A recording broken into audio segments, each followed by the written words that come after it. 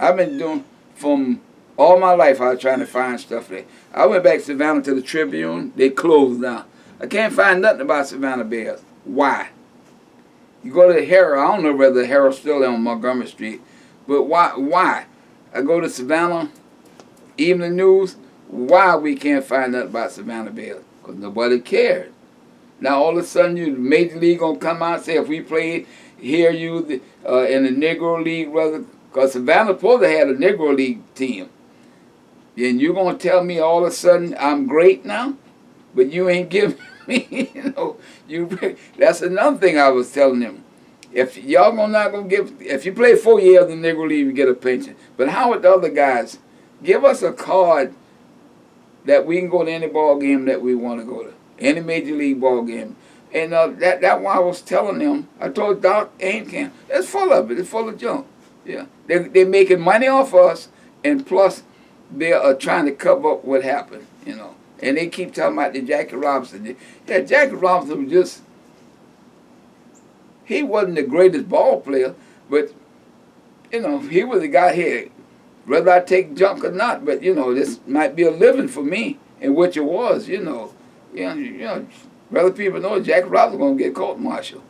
We got a guy little born and raised in Camden, South Carolina, right there, Larry Doby, moved to Patterson, New Jersey. Nobody talk about him. He was the first black in the American League. But that's what I tell him. Don't come tell me I'm a major leaguer now, and you still can't find records about me. Cam Perone, the only one, find all that stuff for me, and then charge me a penny for it. Major leaguers don't care still, and that's why I tell everybody they sucks. I don't care. No. You can delete all you want, So going back to the Clowns then, because that was your league. You were professional. You guys really did it. What was it like playing in those last kind of years of it, the barnstorming after integration had finally taken its toll? It's 1920 to 1960. It actually started 1961, but 1960, my last game was one of the best games that I understand that I love against the Birmingham Black Barons at Rickwood Field in Birmingham, Alabama. I was winning against the Birmingham Black Barons. And a guy named Willie Smith had 2 strikes. Van Russian was the catcher. He died in Boston. Anyway, he was the catcher. I had 2 strikes, 2 outs, winning on Willie Smith, left against lefty. I shuck him off. Popped up. No, the batter before him popped up. If I'd let the guy caught it, we'd have been out there in it. No, me and my big mouth, I go there, I got it, dropped the ball, right? So he on first. Willie Smith come up, had 2 strikes on him. The guy called for a fastball, no. Lefty against lefty, I'm going to throw him a curve. I hung the first one, boom, foul ball. I came back, I done hang the second one. And if you go to Birmingham Rickwood Field right now, in right field, they got that towel. He hit that ball over that tower. I mean, it's still going from 1960. And that was my most downfall that I ever thought about playing in the Negro League. And Willie Smith ended up with the Angels and all these other good stuff like that. What did you think about the integration of the Clowns when the Clowns started bringing in white players? Stink. Yeah. Simple. Yeah. I was playing in Syracuse against. They had an over 30 league in Syracuse, and they allowed me to play in 49, 50 years old. And I was playing outfield, and the guy, I don't know, he had a little shot between the left field and center field. And matter of fact, the guy who was playing them, Sam Jones, not the Sam Jones for the Giants, the pitcher. The kid went to Ithaca College, and anyway, white kid, he playing, and I ran, he got a shot. This is a triple. I just went over there and backhand the ball, in the air like it was nothing. I'm 50 years old, backhand, turn around, throw the BB to third. And we started talking. He said, "Oh, you play with the Clowns?" I said, "Yeah." I said, you played with the league? He said, yeah. I said, no, you didn't. So when he started talking to me, I said, oh, God, they really didn't integrate. And then he was telling me how it was in the college kids, and then they went from the bus to the school bus and all that stuff. But it wasn't close to nothing, That wasn't 80-something. That's when that was it, I found a lot of guys in Texas now that played with the Clowns. When I went, I just coaching. I did some speaking engagements at Long State College last year. I met him, and he was a black guy. He said he played. I said, yeah, but y'all didn't play like we did. We was for real, But the other stuff was just trying to keep it going. But the Negro Baseball League really went. It just the Raleigh Tigers, the Memphis Tigers, they just went because they wasn't paying the guys, But I just think they should have stopped when they should have stopped, and go ahead and give us our glory and get it over with, So when you were done with the Clowns, did you start trying to break into the MLB, or is this when you went to New Jersey? Now I went to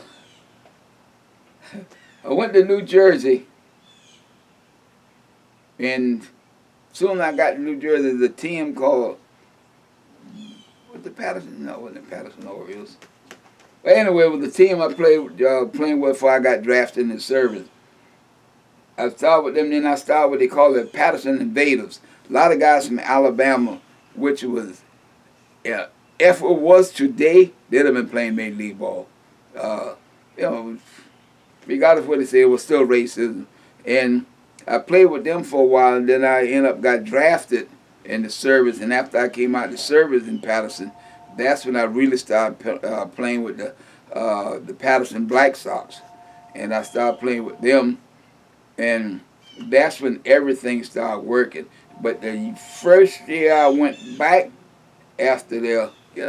first year I went back is that they had a Metropolitan League. It was all white. I mean, they were lily white. Let me tell you. They had a guy that Ray Lyles played with the Patterson Phillies. You might heard of him. Johnny Briggs went from East Side to the Phillies to Milwaukee. Well, he did like 16 years in this thing.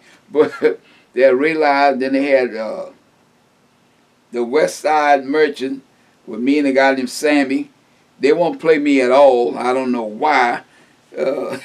Then I got my release and went to the Pump and Play, and that's when I started beating everybody. And then, but then I found out I can play what they call the Black League, the the Montclair, and then the Newark League and stuff. I mean, them guys playing Saturday and Sunday, man, they was betting $4,000 and $5,000. So if you win, you get 10% of it. Because they always used to say, I play for anybody. I didn't care who it was, You heard about me, I'm a pitch, But that's when I went to Jersey. I really learned how to pitch. Not throw, I learned how to pitch. And that's when I started winning games, and then I started playing first, and then I ended up, somebody said, well, once you coach, and then I ended up coaching, then I ended up managing, but still playing, Because I went from one team for a long time, the Black Sox, until then some guys got a little angry about where they were playing at, so they wanted to form another team, and I ended up managing a team called the Patterson Orioles. And we really, we were one of the richest semi-pro team, non-professional, as somebody back in New Jersey. Because we used to come down every holiday on the bus and all that stuff. We was dressed, with the Patterson Orioles, we was dressed just like Baltimore Orioles. I mean, perfect to the T. And my wife was telling the guy yesterday how she don't understand how the grown men played for me. Because, I mean, I was, you didn't drink. We played Saturday and Sunday. You better call me Friday night. You better be home. I don't care. In somebody's house. I don't care what it. So, that's what I ended up until I start moving around, stuff like that. So moving into some civil rights and stuff. Were you active at all in the civil rights movement or anything like that? I was active when I signed in Savannah, 1960.